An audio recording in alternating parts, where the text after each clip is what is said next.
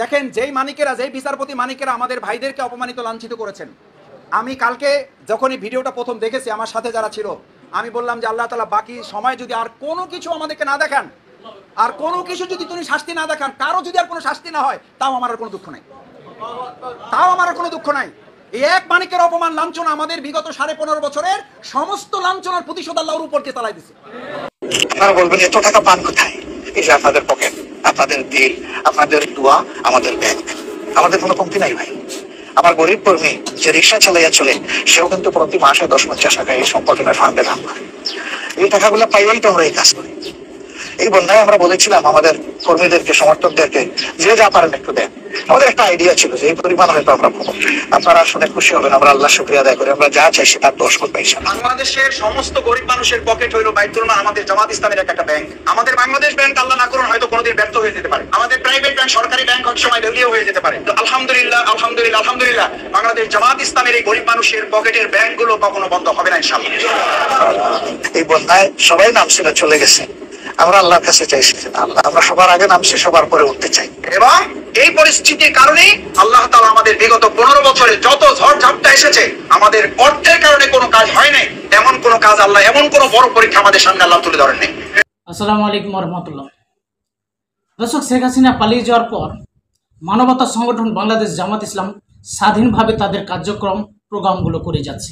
যাত্রাবাড়ি পূর্ব জোনে কর্মীদেরকে নিয়ে একটি সমাবেশ করা হয়। সেখানে ডক্টর শফিকুল ইসলাম মাসুদ ভাই গুরুত্বপূর্ণ বক্তব্য দিয়েছেন। তিনি এক পর্যায়ে বলেন, বিচারপতি মানিককে যে আল্লাহ তাআলা অপমান এবং লাঞ্ছিত করেছে, বিগত 17 বছর বিরোধী দল এবং জামাত শিবিরের উপরে যে অপমান লাঞ্ছনা তারা করেছে, তার প্রতিশোধ হিসাবে এই মানিকের উপরে আল্লাহ তাআলা চালিয়ে দিয়েছে।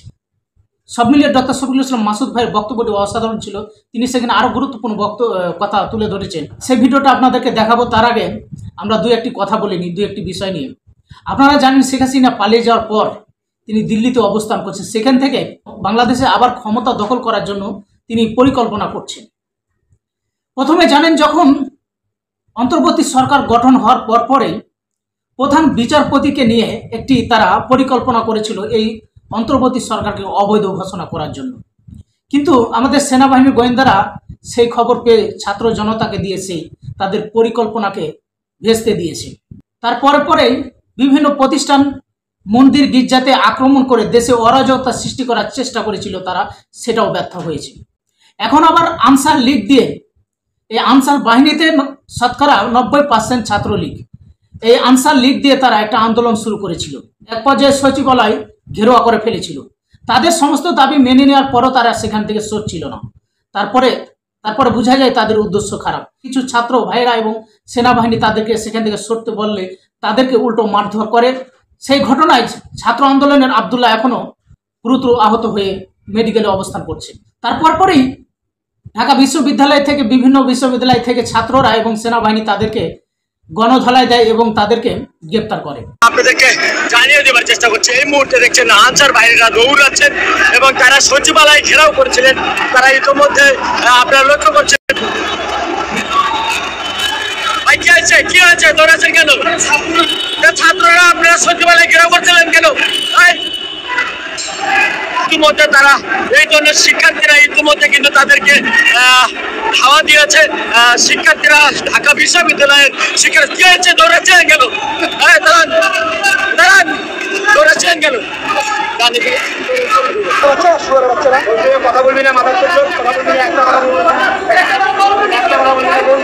আমাদের সেনাবাহিনীর গায়ে হাত দিস তোরা।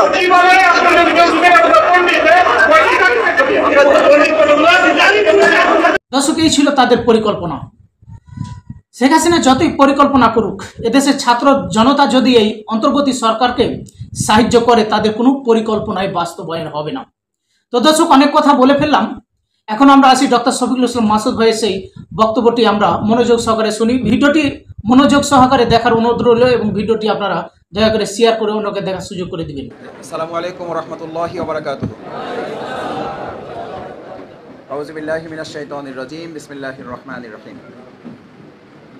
আলহামদুলিল্লাহ ওয়াসসালাতু ওয়াসসালামু আলা রাসূলিল্লাহ ওয়া আলা আলিহি ওয়া সাহবিহি আজমাইন। মহান আল্লাহ সুবহানাহু ওয়া তাআলার দরবারে সিজদাবনত চিত্তে শুকরিয়া আদায় করছি যে আল্লাহ সুবহানাহু ওয়া তাআলা আমাদের চেয়েও প্রত্যাশার বেশি, আমাদের চিন্তার বাইরে, আমাদের পরিকল্পনার বাইরে, আমরা যা ধারণাও করিনি তার বাইরে আল্লাহ তাআলা তার পরিকল্পনার আলোকে যে সময় আমাদেরকে আল্লাহ তাআলা তৈরি করে দিয়েছেন, যে পরিবেশ আমাদের জন্য তৈরি করে দিয়েছেন, সেই জন্য আরেকবার আল্লাহর দরবারে শুকরিয়া আদায় করি, আলহামদুলিল্লাহ।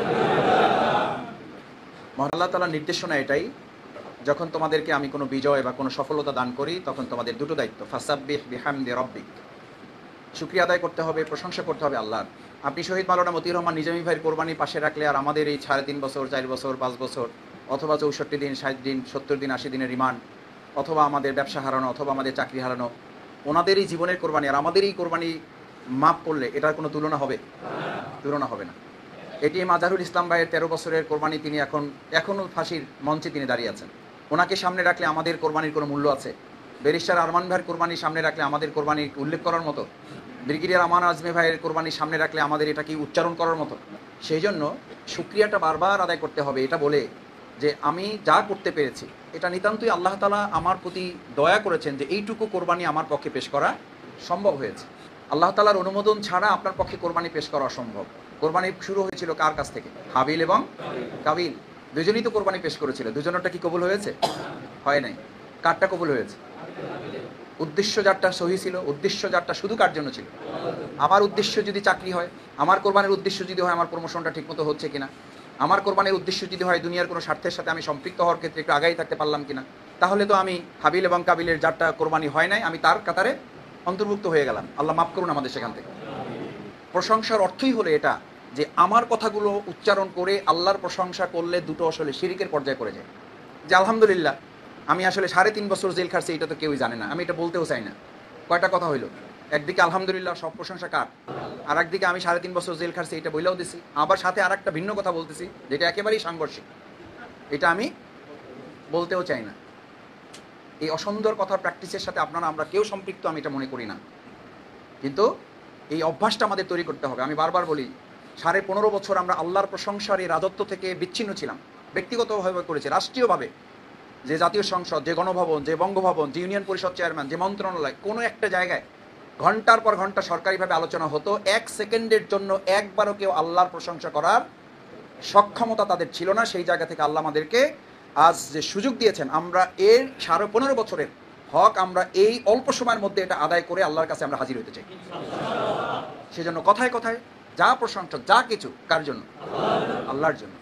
শহীদ আমিরে জামাত নিজামী ভাই আমাদের একটা প্রোগ্রামে, শিবিরে তখন আমরা বলতেন যে ঘরোয়া প্রোগ্রামে কখনো নেতৃবৃন্দ অমুক আছে, অমুক আছে, অমুক আছে, অমুক মজলুম, অমুক মজলুম, এই কথাগুলো যতটা পারা যায় এগুলো থেকে আমরা বিরত থাকবো। পাবলিক প্রোগ্রামে আপনি বলেন, কোনো অসুবিধা নাই, সাধারণ মানুষের মধ্যে আপনি এটা তুলে ধরেন, কোনো অসুবিধা নাই, কিন্তু সেটাও নিজেরটা না, কারটা?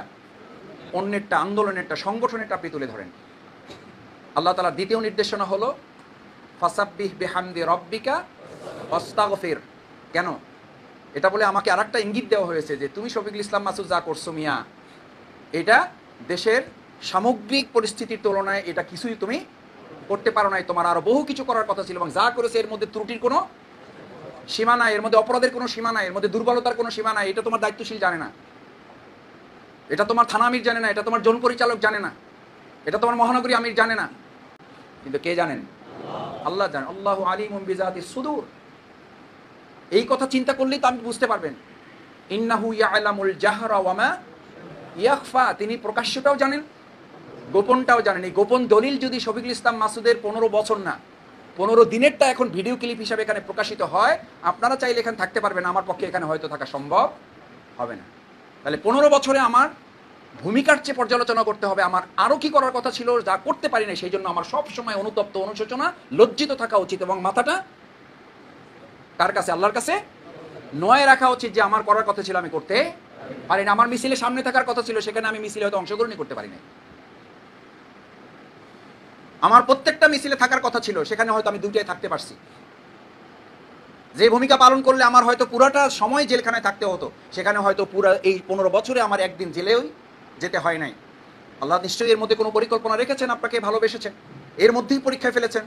যে অনুতপ্ত অনুশোচনাটা, এই আপনার এই পরীক্ষাটা হচ্ছে যে এর মধ্যে আপনার অনুতপ্ত অনুশোচনা আছে কিনা, যে আল্লাহ আমি যে এই 15 বছরে কোনো জেল জুলুম নির্যাতন নিপীড়ন কাউকে আমি এটা বলতে শুনি, নিশ্চয়ই বলবেন এটা যে আলহামদুলিল্লাহ ভাই এই 15 বছরে আমার কোনো কি হয় নাই, মামলা হয় নাই, আলহামদুলিল্লাহ বলেন, সাথে এটাও নিজের মধ্যে লালন করতে হবে, যে ভূমিকা পালন করলে আমার জেলে যে কোরবানি পেশ করতে হতো সেই ভূমিকাটাই হয়তো আমি পালন করতে, এই চেতনা লালন না করে শুধু আলহামদুলিল্লাহ বললে আমি মনে করি না ইমানের হক, ইমানের দাবি আপনি পূরণ করতে পারবেন, ইমানের দাবি আমি পূরণ করতে পারছি।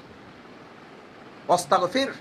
সেজন্য এই সময়গুলোতে আল্লাহর প্রশংসা এবং ইস্তেগফারের সাথে থাকবেন, যখন নিরিবিলি থাকবেন, যখন হাঁটবেন, যখন রিকশায় চলবেন, যখন পরিবারের সাথে থাকবেন, যখন সাধারণ কথা বলবেন, ওর মধ্যে মানে কারণে অকারণে আলহামদুলিল্লাহ আর আস্তাগফিরুল্লাহ দুটো শব্দ আল্লাহ এই সময়ের জন্য নির্ধারিত করে দিয়েছেন।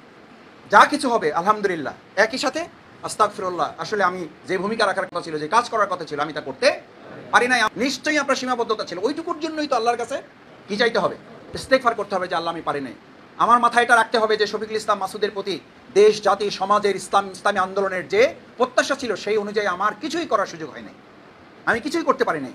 আসলেই তো আমরা কিছুই, এই 24 সালের 5ই আগস্ট আল্লাহ তাআলা যে পরিবেশ আমাদের দান করেছেন, বুকে হাত দিয়ে চোখ বন্ধ করে 30 সেকেন্ড না, 15 সেকেন্ড না, 3 সেকেন্ডের চিন্তা করে বলেন যে আপনি আপনার স্বপ্নের মধ্যেও এটা কল্পনা করেছেন কিনা?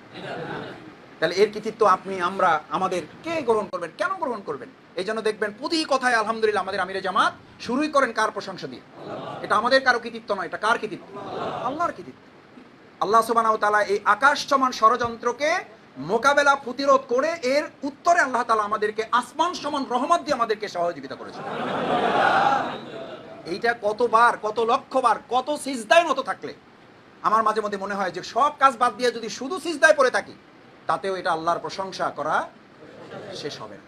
সম্মানিত ভাইয়েরা, সেজন্য আস্তাগফিরহু ইন্নাহু কানা তাওয়াবা, আমাদের এটা মাথায় রাখতে হবে যে আমাদের মধ্যে যেন এই চেতনাটা লালন হয়। এবং আপনাদের ভাইদেরকে এটা বলতে হবে। আমি আমির জামাতের কথাই কোট করে এই জন্য যে গাড়িতে দু এক সময় জিজ্ঞেস করতাম, আপনারা যেমন আমাদের বলেন, আমরা ওনাদেরকে বেলা জিজ্ঞেস করতাম আমির জামাত কোনো রাস্তা কি আছে? দুটা কথা বলতো, মাসুদ আমাদের দৃষ্টিতে কোনো রাস্তা নাই, কিন্তু এটা শিওর থাকো, নিশ্চিত থাকো যে আল্লাহ তাআলা কোনো না কোনো রাস্তা একটা বের করে দেবেন। আমি ওনারা এই কথা বলতেন, তখন শুনতাম, শুনে একটু মানে মনে করতাম যে এটা আসলে দায়িত্বশীল হিসেবে আমরা বলার জন্য বলে, আমাদেরকে হয়তো একটা সান্ত্বনা দেয়। কিন্তু এটাই যে বাস্তব, আল্লাহ তাআলা সেটাই আবার নতুন করে আমাদের কাছে প্রমাণ করেছেন যে কোনো না কোনো একটা রাস্তায়, কোনো না কোনো একটা রাস্তার অর্থই হলো যে রাস্তা সম্পর্কে আমাদের কোনো ধারণা ছিল না, সেই রাস্তাটাই আল্লাহ বের করে দিয়েছে। সম্মানিত ভাইয়েরা, আবার বলছি, সতর্ক হন।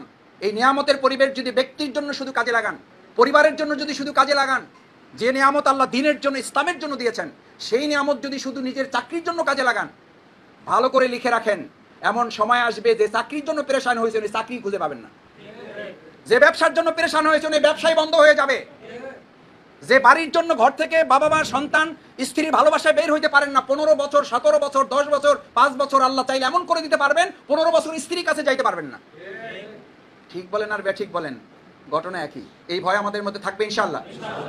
এরকম কিছু ভাইদেরকে আমাদের তৈরি করতে হবে, কারণ মসজিদ কেন্দ্রিক আমাদের তৎপরতা যত বৃদ্ধি পাবে, আন্দোলনের মর্যাদা, সম্মান, মানুষের প্রতি ভালোবাসা তত বাড়বে। সাধারণ একজন মানুষ যত কথা বলুক, আর মসজিদের ইমাম যে কথা বলবে ওটার প্রতি আলাদা কি আছে, গুরুত্ব বরকত আছে। সেই জন্য লাইন শাকারতুম যে আয়াত বলেছিলাম আজিদান্নাকুম, এই নিয়ামতপূর্ণ পরিবেশকে কাজে লাগানোর অর্থ হচ্ছে মুখে আলহামদুলিল্লাহ বলা, বাস্তবে নিজেকে আগে পরিবর্তন করা।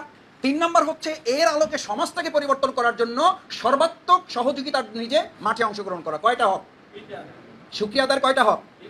একটা হলো মুখে, 2 হলো নিজেকে দিয়ে শুরু করা, 3 হলো ময়দানটাকে, সমাজটাকে, পরিবারটাকে ওর আলোকে কি করা, পারা যাবে ইনশাআল্লাহ।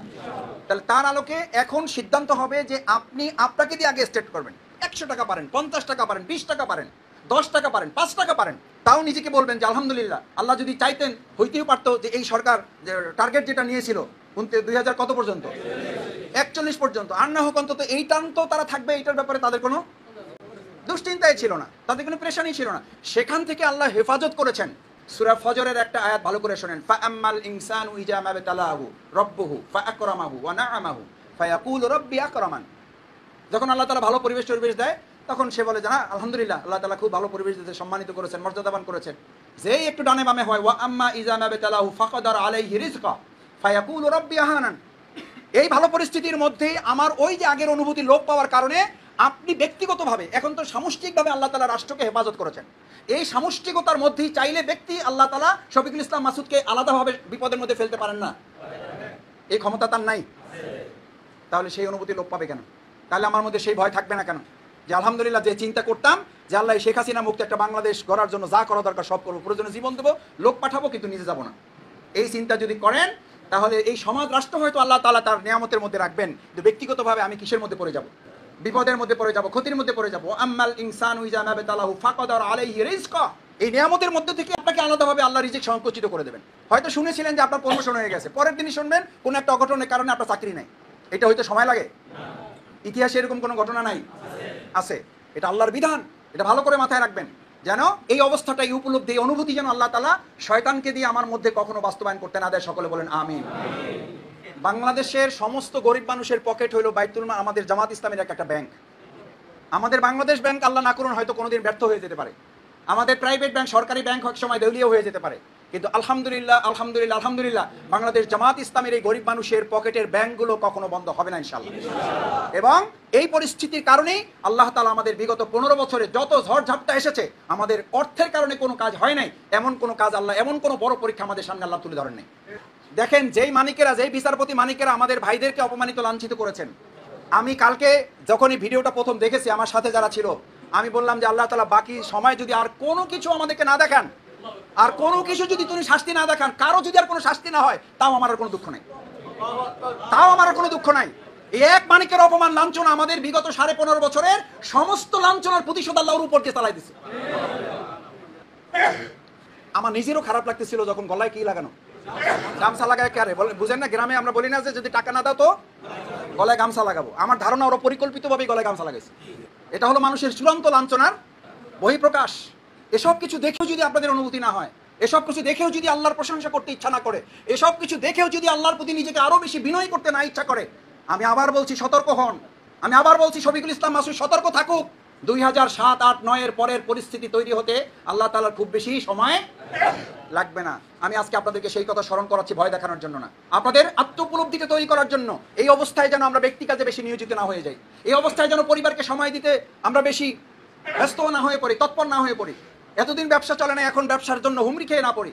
এতদিন চাকরি ছিল না, প্রমোশন হয়েছে, প্রমোশনের পর এখন ট্রান্সফার হয়েছে, এখন বেতন বৃদ্ধির জন্য আমি পেরেশান হয়ে গেছি। পারা যাবে ইনশাআল্লাহ। সেই জন্য বাইতুল মালের প্রশ্নে আমাদের 3টা কাজ লেখেন, ছোট ছোট ব্যাখ্যা ছাড়া। নাম্বার 1, প্রথম হলো নতুন নতুন আমাদের বাইতুল মালের জায়গা তৈরি করতে হবে, অর্থাৎ যেটাকে আমরা বলি বাইতুল মাল ইয়ানুদ্দাতা এবং ইয়ানুদ্দাতা সুদি। ইয়ানুদ্দাতা এবং ইয়ানুদ্দাতা সুদি। ইয়ানুদ্দাতা হলো যিনি নিয়মিত দিবেন, আর সুদি হলো যিনি এককালীন দিবেন, 3 মাসে একবার দিয়ে দেবেন, 6 মাসে একবার দিবেন। আস্তে আস্তে তাকেও কি করে ফেলবেন? নিয়মিত করে ফেলবেন। 1 নম্বর কাজ হলো বাইতুল মালের জন্য নিয়মিত নতুন লোক তৈরি করা। আলহামদুলিল্লাহ পাওয়া যাবে না? যাবে না? যাবে না? যাচ্ছে, আলহামদুলিল্লাহ যাচ্ছে। সতর্ক থাকবেন। এটা আমাদের সিটামির আমাদের প্রোগ্রামে কোন পরিষদে বলেছেন যে আমরা খেয়াল রাখবো, কেউ দুনিয়ার স্বার্থ হাসিল করার জন্য দিচ্ছে, এটা হয়তো আমরা বুঝতে পারবো না, কিন্তু খেয়াল রাখতে হবে মানবিক দৃষ্টিতে আমাদেরকে আল্লাহ যতটুকু দৃষ্টি দিয়েছেন, এটা খেয়াল রাখতে হবে কেউ যেন এটা করে দুনিয়ার উদ্দেশ্য হাসিল করার লক্ষ্যে আমাদেরকে বিতর্কিত করতে না পারে। এখন সামাজিক যোগাযোগ মাধ্যম, আমার মনে আছে ইউনিভার্সিটিতে তখন তো সব কিছুই ছিল না, সেই সময়ে আমাদের দেওয়া বাইতুল মালের রসিদ সে সংরক্ষণ করছে। আপনারা মনে থাকার কথা 2015-16 সালের দিকে সেই ইউনিভার্সিটির রসিদ 71 টেলিভিশন দেখাইছে যে বাংলাদেশ ইসলামী ছাত্র শিবির রাজশাহী বিশ্ববিদ্যালয়ে জোরপূর্বক আমার কাছ থেকে কিনেছে। দেখেন, সে কিন্তু রসিদটা চাই এনেছে যে ভাই আমি যে আপনাদের দিছি, আপনারা তো এগুলো সংরক্ষণ করেন। আমরা বলছিলাম যে ভাই রসিদ তো আমরা সত্যায়নের জন্য দিই, কারণ আমাদের আয়ের রসিদ আছে, ব্যয়ের ভাউচার আছে, আমরা তো সরল মনে দিয়েছি। সেই তো সংরক্ষণ করেছে এবং কায়দা মতো সেটা কাজে লাগাইছে। এই সুযোগ আছে না নাই? এটার জন্য ভয় পাওয়ার কোনো কারণ নাই, কিন্তু সতর্কতারও কোনো ঘাটতি করা যাবে না। 1 নম্বর শেষ। 2 নম্বর যেটা হচ্ছে সেটা হলো আমাদের বাইতুল মালের একটা মৌলিক ক্ষেত্র আপনাকে টার্গেট করতে হবে, যারা এই সময়ে বাড়িওয়ালা, বিত্তশালী, ব্যবসায়ী, যারা একটু আল্লাহ তাআলা দুনিয়ার দিক থেকে কি করেছেন, তাদেরকে সমৃদ্ধ করেছেন। আপনি খেয়াল করবেন আলহামদুলিল্লাহ মানুষের মধ্যে ইসলামের প্রতি ব্যয় করার আগ্রহটা আগের যে কোনো সময়ের তুলনায় বাড়ছে না কমছে? আমার কাছে ভালো লাগছে ভাই, সত্যি আমি বলতেছি।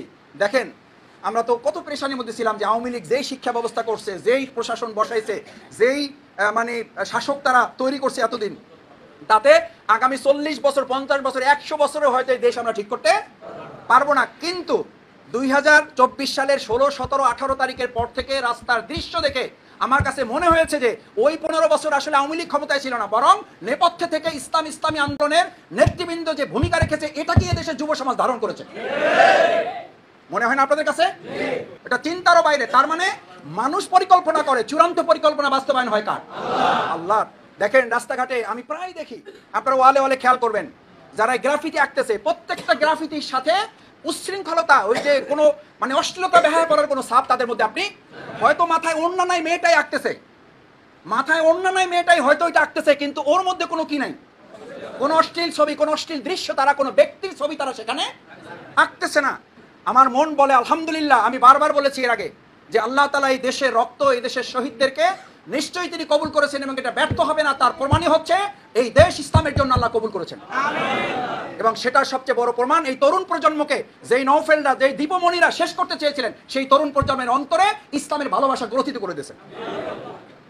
ঢাকা বিশ্ববিদ্যালয়ের রাতের স্লোগান যখন ওই রাতে দেখেছেন, ওই রাতেই আমার মন বলেছে এই দেশ পরিবর্তন হবে।